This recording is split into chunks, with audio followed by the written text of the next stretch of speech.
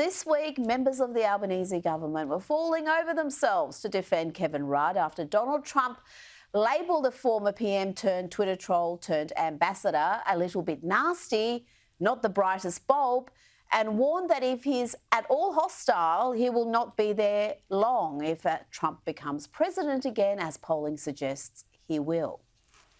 I heard he was a little bit nasty. I hear he's not the brightest bulb. But I don't know much about him. But if he's at all hostile, he will not be there long. Now, these comments were fairly mild compared to what many of Kevin's own colleagues have said about him over the years, publicly and privately.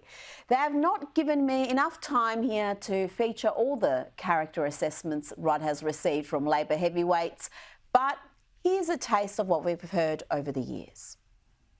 Truth is that Prime Minister Rudd is deeply flawed. People came to the conclusion that they could not work difficult issues through with the former Prime Minister. Victorian backbencher Steve Gibbons used Twitter to accuse Mr Rudd of being a psychopath with a giant ego. He's clearly been disloyal internally. Kevin has been running a relentless campaign to undermine the government. Nothing excuses persistently destabilising and leaking against your own team during an election or as a senior minister or as a backbencher.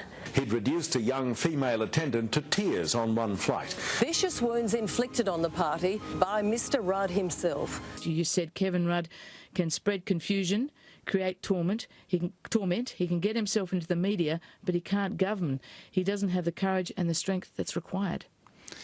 I did say those things. That's an absolutely accurate transcript of my comments on Friday. Perfectly accurate description of his comments. And what about the woman Kevin allegedly called that effing bee in obscenity-filled phone calls to journalists? Here is Julia Gillard's assessment of his character.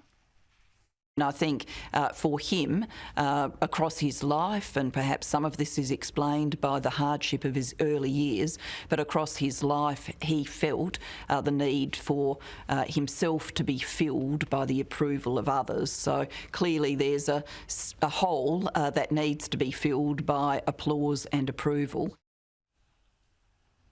And what about former senior Labor Minister Stephen Conroy? Who or what did he blame for Kevin Rudd's downfall as PM? Was it the opposition? Was it the Murdoch media, who Kevin made an art form of sucking up to, according to a former editor who wrote, Kevin Rudd's desperation to ingratiate himself with Rupert Murdoch and our company was so extreme we almost needed a restraining order.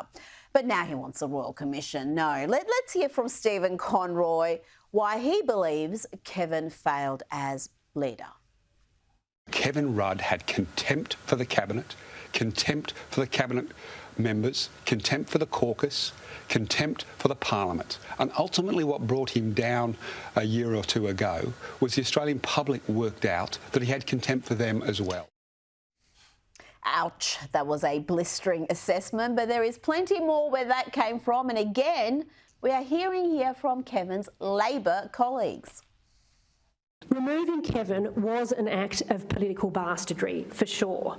But this act of political bastardry was made possible only because Kevin had been such a bastard himself to so many people already.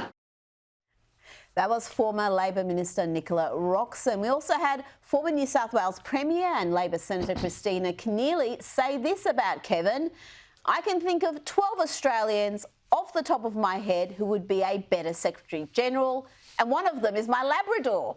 Good line there. But what would they know? They just worked with him. It's not all bad news for Kevin. This week, Australia's second worst PM came to his defence. Kevin Rudd is doing a great job in Washington. You know, he's very well respected there, not least because he's an expert on China, really a global expert. And he's working very hard. You know what he's like. He's like the Energizer Bunny. So there you go, Turnbull and Rudd on a unity ticket. But let's get real. Kevin Rudd was among Anthony Albanese's first big mistakes as Prime Minister. Appointing the highly divisive former PM as ambassador to our biggest and most important ally was exceptionally unwise, and that's putting it nicely.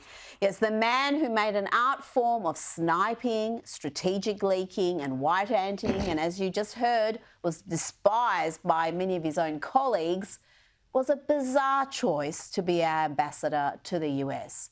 As I wrote at the time of the appointment, the failed former PM has spent recent years embarrassing himself on Twitter with a sort of attention-seeking tomfoolery that one would expect from a dysfunctional, angst-ridden teenager. That behaviour showed Rudd was not fit for a diplomatic role.